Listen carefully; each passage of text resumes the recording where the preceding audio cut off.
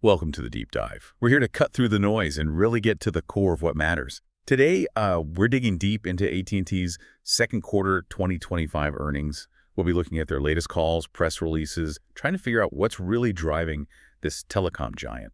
Yeah, we'll explore how a huge company like this navigates, a super competitive market, how they adapt to big policy changes, and just how they're setting themselves up for the future. Stick around, you'll get a clearer picture, maybe some surprising facts, and definitely some practical insights.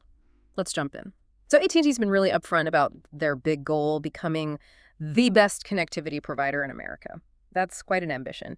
Looking at Q2 2025, what are the numbers telling us? Are they getting closer? Well, if you look at the headline numbers for Q2, Yeah. it does paint a positive picture. Consolidated revenues, they climbed 3.5%, hitting $30.8 billion. Okay. And adjusted EBITDA, that saw a similar jump, 3.5%, reaching $11.7 billion. Right. And EBITDA, just for everyone listening, that's basically a measure of their core operational profit, right? Before interest, taxes, and all that. Exactly. It shows the cash the business is generating from its main operations. So it's a pretty strong sign of their underlying health. Then you have adjusted EPS, earnings per share. That went up to $1.54 from 51 cents last year. Gives you a sense of profit per share. And maybe most importantly, free cash flow. That's the cash left over after they've paid for operations and maintaining assets. It was strong, $4.4 billion, up from $4.0 billion the year before. So solid numbers overall. Shows good health, good cash generation. Definitely. These are pretty solid indicators of the business's health and, their ability to grow. Okay, those headline figures look healthy. Yeah. But, in a business this massive, are there any underlying trends or maybe nuances that suggest challenges, or is it really just smooth sailing based on these initial gains? Well, the customer side looks pretty strong, too, actually. They reported over 400,000 postpaid phone net adds. That's people signing up for phone contracts. Right. And on broadband, they added 243,000 fiber subscribers, plus another 203,000 for their internet air service. So combined, that's almost 450,000 new advanced broadband customers. Exactly. Nearly 500,000 in just one quarter. It shows real momentum in growing their home internet base. And something really interesting here is what they call the accelerating convergence trend. Convergence, meaning people getting both their mobile and home internet from AT&T. Precisely. More and more customers are bundling fiber and 5G. And strategically, this is huge for AT&T. Why is that? Just selling more stuff. Well, it's more than that. These converged customers, they churn much less often. They're stickier. Okay. And they have higher lifetime values. Yeah. So it's not just about the initial sale. It really deepens that customer relationship, makes the whole business model more robust. It's a key retention play. That makes a lot of sense. Speaking of keeping customers happy, they launched that AT&T guarantee earlier this year. Any early signs on how that's landing? Yeah, the guarantee is basically their promise on reliability, good deals, service, that sort of thing. And the early data suggests it is resonating. Since launching it back in January, they've seen improved Net Promoter Scores, NPS, for both wireless and fiber. NPS, that's the would you recommend us score. Exactly. It measures loyalty. So an improvement there suggests customers appreciate the commitment, maybe building more trust, helps position them as that go-to provider for everything connectivity. Okay, so good momentum, strategy seems to be working. Now let's talk about something that seems to be giving them a significant boost. There's this major piece of legislation. We're just calling it the One Big Beautiful Bill Act for simplicity here. How's that kind of policy shift playing into their strategy and investments? Oh, it's absolutely a game changer for them, especially financially. They're expecting somewhere between $6.5 billion and $8.0 billion in cash tax savings. Wow, billion. Would it be? Billion, yes. Between 2025 and 2027. So think about that. It's a consistent, massive influx of cash over the next few years. That's a huge boost for their planning. Okay, $6 to $8 billion in savings. That's enormous. So how are they planning to, put that money to work? Where's it going? A big chunk, $3.5 billion of it, is specifically earmarked to speed up their fiber deployment. Accelerate it. How much faster? The goal is to get to a pace of adding 4 million new fiber locations per year. They expect to hit that run rate by the end of 2026. 4 million a year. Okay. And the really ambitious goal is to reach about 50 million customer locations with their own in-region fiber and over 60 million total fiber locations by 2030. 60 million? How does that compare to now? Well, they just passed 30 million total locations in Q2. So this plan, using these savings, aims to effectively double their fiber reach in the coming years. That includes assets from Lumen, their Gigapower venture, other providers. It's a massive expansion. Doubling their fiber reach, that's huge. Any other major uses for those savings? Yes. Besides the network, they've also committed $1.5 billion of the savings towards their employee pension plan. Oh. That's by the end of 2026 as well. The target is to get the plan to about 95% funded status, which is, a really significant commitment to their workforce's financial security. And, tying this back to the bigger picture, AT&T definitely sees this legislation as a major policy tailwind. How so?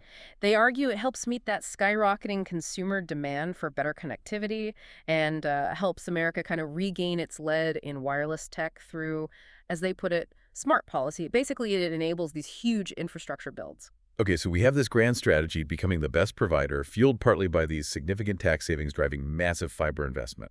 Let's zoom in now. How's this translating into performance in the different parts of the business? Maybe start with mobility. Sure. Mobility saw pretty healthy growth, 3.5% increase in service revenue. That's a key indicator for their wireless segment. Okay, revenue up sounds good. But I did notice their postpaid phone churn actually went up a bit to 0.87%, you said, up 17 basis points. Now, 17 basis points sounds tiny, but in telecom, that can matter, right? What's driving that little uptick? Is it just people finishing phone payments? Yeah, that increase in churn and this point is just 1/100%. They attribute it to a few things. Okay. One is definitely customers reaching the end of those device financing plans, which is a natural point for people to shop around. Makes sense. Second, they noted just increased market activity overall, more competition, maybe more aggressive offers out there leading to more switching. Right. And third, they mentioned a pull forward of demand in the first half, maybe from some earlier promotions.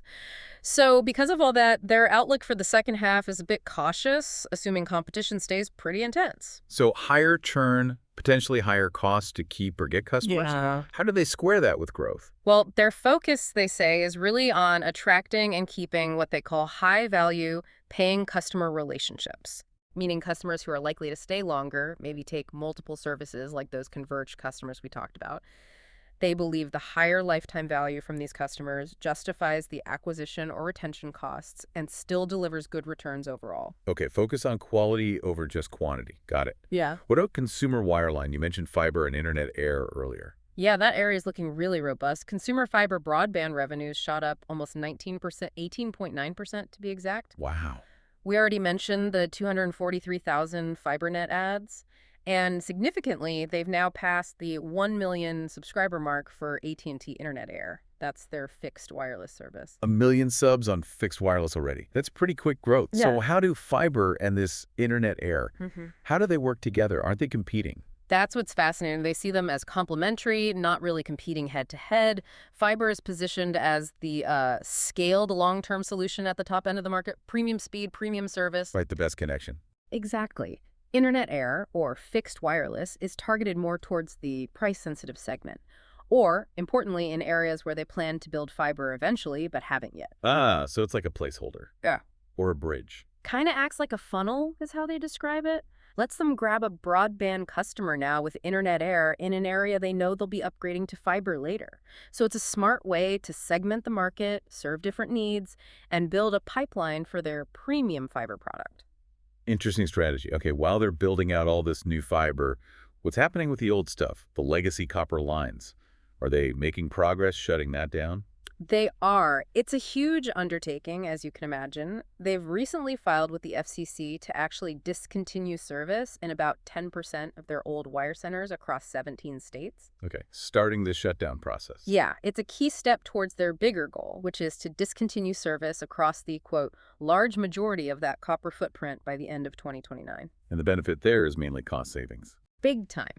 Shutting down that old infrastructure, moving fully to fiber, it's expected to lead to significant cost savings, much greater operational efficiency. Just think about the cost of maintaining all that aging copper. Yeah, no kidding. Okay, one more segment. Business wireline. How's that looking? That area did see a revenue decline, about 9.3%, but they note that this is actually better than they initially expected. No come.